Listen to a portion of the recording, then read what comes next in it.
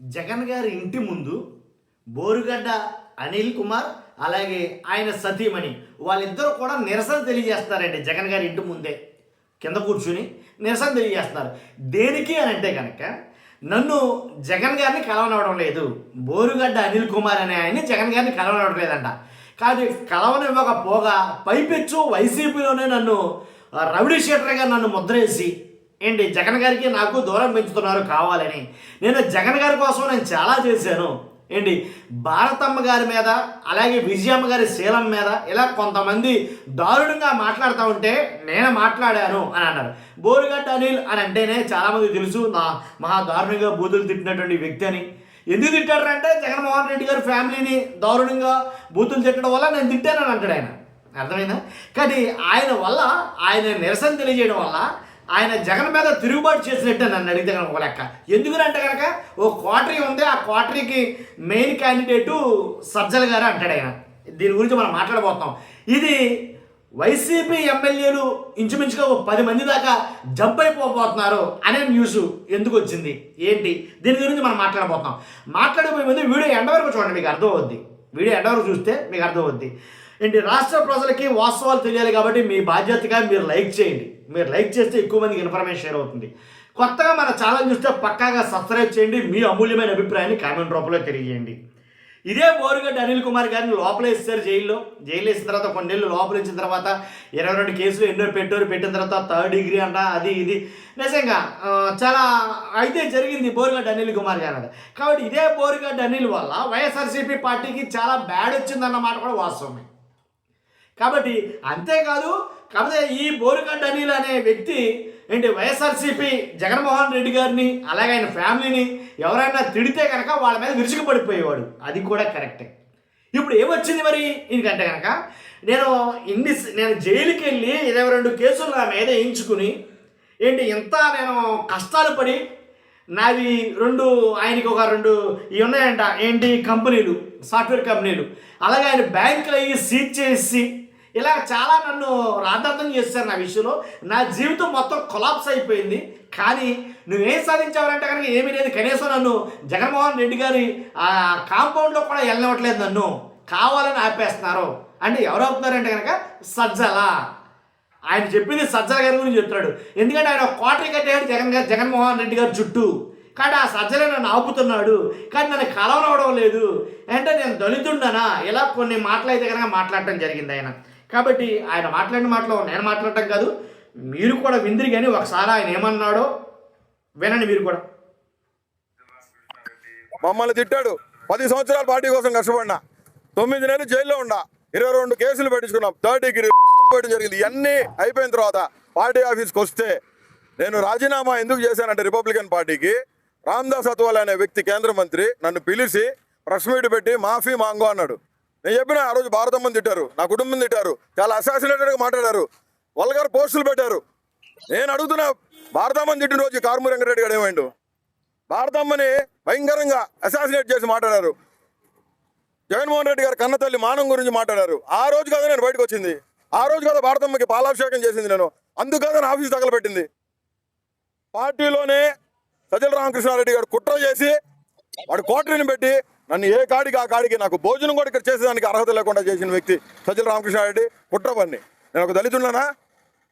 జగన్మోహన్ రెడ్డి గారు దళితులు మా మామూలని కాలర్ పట్టుకొని చెప్పిన వ్యక్తి. ఈ విషయాలు జగన్ అన్నకి తెలియదు. పార్టీలో చాలా మంది ఇబ్బంది పడుతూ ఉన్నారు. 70% ఆఫ్ ది ఎమ్మెల్యేస్ మినిస్టర్లు అందరూ చెప్పుకోలేని పరిస్థితిలో ఉన్నారు. మాకందరికీ జగన్మోహన్ రెడ్డి నాయకుడు, సజ్జల కాదు. మేము పనిచేసింది జగన్మోహన్ రెడ్డి కోసం, జగన్మోహన్ రెడ్డి కోసమే పనిచేస్తాం, జగన్మోహన్ రెడ్డి కోసం ఇక్కడ చచ్చిపోతాం కూడా చచ్చిపోతాం. ఇక్కడ మాకు ఎవడు నాయకుడు లేడు. వైఎస్ జగన్మోహన్ రెడ్డి నాయకుడు, ఆయనే మాకు మూలం. జగన్మోహన్ రెడ్డి క్రెడిబిలిటీ అంతా దోచుకు తిని ఏం చేస్తాడండి ఇక్కడ కూర్చొని సజ్జల? ఇస్త్రీ కొట్టేసుకొని నల్లకుండా కూర్చుంటాడు. ఇక్కడ పార్టీ కార్యకర్తలు జెండా పట్టుకోమని చెప్పండి, తిరగమని చెప్పండి. సజ్జల రామకృష్ణారెడ్డి ఏ పొద్దున్నా సరే జెండా పట్టుకొని 1 కిలోమీటర్ నడిచిన బాపుతుందా? జగన్మోహన్ రెడ్డి గారి కోసం ర్యాలీలు చేసింది మేము, కోట్ల రూపాయలు ఖర్చు పెట్టింది మేము గుడ్డలు చించుకున్నాం. కొట్టినారు మమ్మల్ని, భయంకరంగా కొట్టినారు మమ్మల్ని, చించారేసినారు పోలీసు వాళ్ళు. 22 కేసులు పెట్టించుకొని 9 నెలలు జైల్లో ఉండేస్తే నాకు ఇక్కడ ఆ గొట్టంగాడు కొనికిస్కా గొట్టంగాడు లోఫర్ నా కొడుకు వాడు మాట్లాడతాడా వెంకటరెడ్డి గారు నా గురించి? వాడంతా వాడు బతికేంత గురు, అడుపు గాలిపోతుంది. రోడ్డు మీదకి వచ్చింది నా ఫ్యామిలీ అంతా. నా అకౌంట్స్ బ్లాక్ చేశారు. నా కంపెనీలు 2 సాఫ్ట్వేర్ కంపెనీ నా భార్య ఒక ఫ్రీడమ్ ఫైటర్ గారి మనవరాలు పుట్ల సుబ్బయ్య, ఒక చరిత్ర ఉన్న కుటుంబం నా కుటుంబం. అత్తింట్లో ఏమని తలపెట్టుకోవాలా?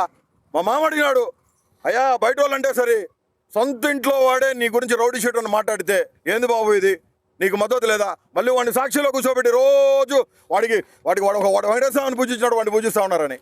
నేను భారత మేడం గారిని కూడా అడుగుతాను, నా భారతకని అడుగుతా ఉన్నా నేను, మీరు వాడి మీద కఠిన చర్యలు తీసుకోవాలక్క. నేను సజీవుడానికి దేవుడి సాక్షి చెప్తున్నా, నేను ముఖ స్విచ్ చేయడానికి రాలా. జగన్మోహన్ రెడ్డి ప్రియ శిష్యుడుగానే ఇక్కడ వచ్చి కూర్చున్నా, ఇది నా ఇల్లు కాబట్టి నేను గొడవ చేసేదానికి రాలా, మందితో రాలా, మార్పులతో రాలా. నేను నా భార్య వచ్చినాం, కంటికి కడుగుడు కారుస్తున్నాం. మమ్మల్ని ఈ రకంగా అవమానించి పార్టీ ఆఫీస్కి పిలిపించి 4 గంటలు కూర్చోబెట్టి అడుగు కూర్చోబెట్టి తెలుసా, అనిల్ అంటాడు డోర్ కాడికి పోతే 5 నిమిషాలు ఆగమ్మంటాడు. అట్లా 3 సార్లు కూర్చున్నా, కెమెరా చెక్ చేయబడి లోపల 4.5 గంటలు తిండి తిప్పలు లేకుండా లాస్ట్ పర్సన్ నేనే ఆ రోజు మాట్లాడింది. ఆ ఒక్క మాట చెప్పేదానికి నువ్వు 4.5 గంటలు కూర్చోబెడతావా?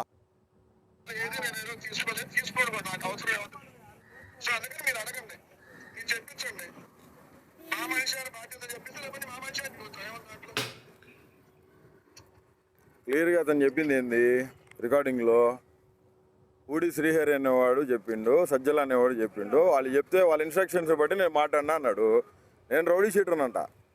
బోరుగడ్డ అనిల్ కుమార్ అనేవాడు లండన్లో పీజీ చేసినాడు. మా నాన్న చనిపోయినాక నేను ఇక్కడికి వచ్చి జగన్మోహన్ రెడ్డి గారి కోసం కష్టపడినా.